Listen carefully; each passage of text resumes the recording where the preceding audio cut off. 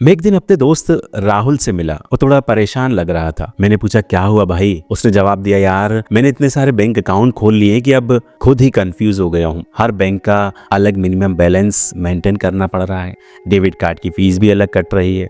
समझ नहीं आ रहा है कि क्या करूँ। मैंने हंसते हुए कहा, राहुल ये सिर्फ तुम्हारी नहीं बहुत सारे लोगों की समस्या है। हम में से कई लोग सोचते हैं कि जितने ज़्यादा बैंक अकाउंट होंगे उतना अच्छा होगा, लेकिन असल में ज़्यादा बैंक अकाउंट रखना एक जंजाल बन सकता है। हर अकाउंट में मिनिमम बैलेंस रखना पड़ता है, डेबिट कार्ड चार्ज देना पड़ता है, और अगर गलती से बैलेंस कम हुआ तो बैंक पेनल्टी भी लगा देता है। राहुल ने चाय की चुस्की लेते हुए कहा कि तो फिर क्या करना चाहिए। मैंने उसे समझाया कि अगर जीरो बैलेंस अकाउंट मिल रहा है तो वो सही ऑप्शन हो सकता है, लेकिन हर जगह अकाउंट खोलना समझदारी नहीं है। ज़्यादा अकाउंट होने से एक्सपेंस ट्रैक करना भी मुश्किल हो जाता है। कई बार हमें खुद ही पता नहीं होता कि हमारे किस अकाउंट में कितना पैसा पड़ा है। जैसे सेविंग और खर्च का सही हिसाब नहीं लग पाता। अब बात आई फिक्स डिपॉजिट की। राहुल ने कहा, यार मैंने कई एफडी करवा रखी है, लेकिन सुना है कि ज़्यादा एफडी होगी तो इनकम टैक्स का नोटिस आ सकता है। ये कितना सही है।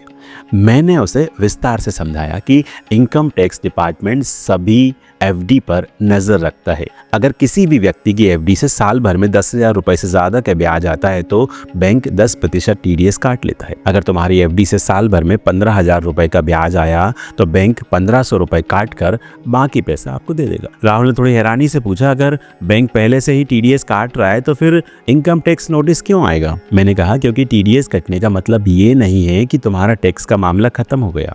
सरकार को ये जानना होता है कि यह पैसा कहां से आया। अगर तुम्हारी साल भर की एफडी 10 लाख रुपए से ज्यादा की हो गई तो इनकम टैक्स डिपार्टमेंट तुमसे सवाल पूछ सकता है कि तुम्हारे पास इतना पैसा कहां से आया। अब राहुल के माथे पर चिंता की लकीरें दिखने लगी। उसने पूछा, मतलब मुझे एफडी करवानी ही नहीं चाहिए। मैंने हंसकर कहा, ऐसी बात नहीं है, लेकिन तुम्हें समझदारी से एफडी करवानी चाहिए। अगर तुम 10 लाख रुपए से ज्यादा की एफडी करवाओगे तो इनकम टैक्स का नोटिस आने की संभावना बढ़ जाएगी। इसलिए अगर ज्यादा पैसे रखने हो तो उन्हें सही तरीके से इन्वेस्टमेंट करना चाहिए, जैसे म्यूचुअल फंड में या फिर कोई दूसरे ऑप्शंस में। अब राहुल के दिमाग में एक और सवाल आया कि क्रेडिट कार्ड को लेकर भी कुछ नियम है। मैंने कहा, बिल्कुल है। अगर तुम साल भर में 1 लाख रुपए से ज्यादा का क्रेडिट कार्ड बिल कैश में जमा करोगे तो इनकम टैक्स डिपार्टमेंट नोटिस भेज सकता है। अगर तुम ऑनलाइन पेमेंट कर रहे हो और साल भर में 10 लाख रुपए से ज्यादा का बिल चुका रहे हो तो भी सरकार तुमसे सवाल पूछेगी कि ये पैसा कहां से आया। राहुल थोड़ा चिंतित हो गया। उसने कहा, मतलब क्रेडिट कार्ड ज्यादा यूज करना सही नहीं है। मैंने कहा, देखो क्रेडिट कार्ड गलत नहीं है, लेकिन लोग इसे बिजनेस के लिए इस्तेमाल करने लगे हैं, जो कि सही नहीं है। कई लोग अपने क्रेडिट कार्ड से महंगा सामान खरीदते हैं और फिर उसे ऊंचे दाम पर बेच देते हैं। सरकार को इससे दिक्कत नहीं है, लेकिन जब तुम्हारा एक्सपेंस ज्यादा दिखेगा और इनकम कम तो फिर दिक्कत होगी। राहुल ने सिर हिलाया और कहा, मतलब अगर मैं अपने क्रेडिट कार्ड से साल भर में 25-30 लाख रुपए का ट्रांजैक्शन करूं तो सरकार मुझसे सवाल कर सकती है। मैंने कहा, बिल्कुल कर सकती है। सरकार को लग सकता है कि तुम्हारी इनकम सिर्फ 5-6 लाख रुपए है, लेकिन खर्चा तुम 25-30 लाख रुपए का कर रहे हो। ऐसे में सरकार तुमसे प्रूफ मांगेगी कि तुम्हारे पास पैसा कहां से आ रहा है, और अगर तुम जवाब नहीं दे पाए तो भारी पेनल्टी भी लग सकती है। अब राहुल को समझ में आने लगा कि इन सब चीजों का सही से ध्यान रखना कितना जरूरी है, लेकिन उसके दिमाग में अभी भी एक सवाल था। उसने कहा, यूपीआई को लेकर भी कोई नियम है। मैंने मुस्कुराते हुए कहा, हाँ भाई, यूपीआई को लेकर भी कुछ लिमिट्स हैं। राहुल ने उत्सुकता से पूछा, क्या। मैंने समझाया, देखो अगर तुम अपनी दुकान के पेमेंट यूपीआई के जरिए लेते हो और रोजाना 10,000 रुपए से ज्यादा का ट्रांजेक्शन कर रहे हो तो तुम्हें सेविंग अकाउंट की बजाय करंट अकाउंट इस्तेमाल करना चाहिए। राहुल ने सिर खुजलाया और कहा, मतलब। मैंने कहा, मतलब ये कि अगर तुम अपने सेविंग अकाउंट में हर रोज 10,000 रुपए से ज़्यादा का यूपीआई पेमेंट ले रहे हो तो सरकार को ये लग सकता है कि तुम बिजनेस ट्रांजैक्शंस कर रहे हो। सेविंग अकाउंट पर्सनल यूज़ के लिए होता है, बिजनेस के लिए नहीं। अगर तुम बिजनेस कर रहे हो तो तुम्हें करंट अकाउंट खोलना चाहिए, वरना इनकम टैक्स डिपार्टमेंट तुमसे सवाल कर सकता है। राहुल अब पहले से ज्यादा सतर्क हो गया था, लेकिन उसके दिमाग में अभी भी कुछ सवाल थे। उसने कहा, यार एक बात और बताओ, अगर मैं 2 लाख से ज्यादा कैश में लेन देन करूं तो कोई दिक्कत तो नहीं होगी। मैंने उसकी बात सुनकर कहा, बिल्कुल होगी। सरकार ने 2 लाख रुपए से ज्यादा के कैश ट्रांजैक्शन पर सख्त पाबंदी लगा रखी है। अगर तुम 2 लाख से ज्यादा कैश में किसी को दोगे या फिर लोगे तो तुम पर भारी जुर्माना लग सकता है। राहुल ने चौंक कर पूछा, कैसा जुर्माना? तुमने किसी से 3 लाख रुपए कैश में लिए तो सरकार तुम पर उतना ही जुर्माना लगा सकती जितना तुमने लिया था, यानी पूरे 3 लाख रुपए का फाइन।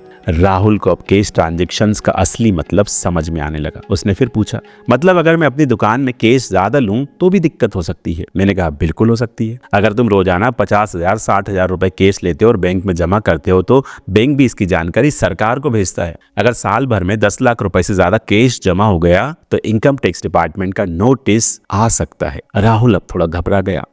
उसने पूछा, अगर मैं अपने रिश्तेदारों से 5-10 लाख रुपए कैश में लूं तो क्या होगा? मैंने उसे समझाया, देखो भाई, अगर तुम अपने माता पिता, भाई बहन या पत्नी से पैसे लेते हो तो टैक्स नहीं लगेगा, लेकिन अगर तुम किसी दोस्त या फिर रिश्तेदार से 50,000 रुपए से ज्यादा का कैश लेते हो तो वो गिफ्ट टैक्स के दायरे में आ जाता है। राहुल को यह सब नया लग रहा था। उसने कहा, मतलब अगर मैंने अपने दोस्त से 5 लाख रुपए लिए तो मुझे टैक्स देना पड़ेगा? मैंने कहा, हाँ। और अगर इनकम टैक्स डिपार्टमेंट को पता चला कि तुमने पैसे लिए हैं लेकिन उसे इनकम में नहीं दिखाया तो तुम्हें पेनल्टी भी लग सकती है। अब राहुल को समझ में आने लगा था कि बैंकिंग और टैक्स का सिस्टम कितना जटिल है। उसने फिर पूछा, क्या बैंक भी हमारी जानकारी सरकार को भेजता है? मैंने कहा, बिल्कुल भेजता है। बैंक को कई तरह की रिपोर्ट्स सरकार को देनी पड़ती है, जैसे कि अगर किसी अकाउंट में साल भर में 10 लाख रुपए से ज्यादा का कैश जमा हुआ तो बैंक सरकार को इसकी जानकारी देगी। इसी तरह अगर किसी ने अपने सेविंग अकाउंट से 2 करोड़ रुपए से ज्यादा का ट्रांजेक्शन किया तो भी सरकार को रिपोर्ट भेजी जाती है।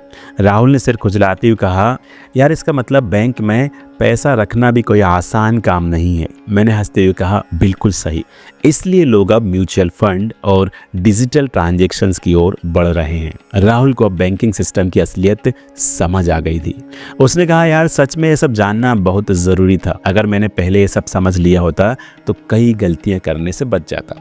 राहुल पूरी तरह से समझ चुका था और उसने कहा, यार ये तो बहुत ही काम की जानकारी थी। अगर मैंने पहले ही ये सब कुछ समझ लिया होता तो इतने अकाउंट, एफडी और क्रेडिट कार्ड की झंझट में नहीं पड़ता। मैंने हंसते हुए कहा, यार कोई बात नहीं, अब समझ में आ गया ना, बस अब से इन चीज़ों का ध्यान रखना और हाँ, जितनी भी ट्रांजेक्शन्स करो उसका सही रिकॉर्ड रखो ताकि किसी भी तरह की दिक्कतें आपको ना हो। दोस्तों, कैसा लगा आपको राहुल और हमारा ये वीडियो? उम्मीद करते हैं कि आपको ये वीडियो पसंद आया होगा। इस वीडियो को आप अपने दोस्तों के साथ शेयर ज़रूर करें। चैनल पर नए हैं तो सब्सक्राइब करके घंटी ज़रूर दबाएं।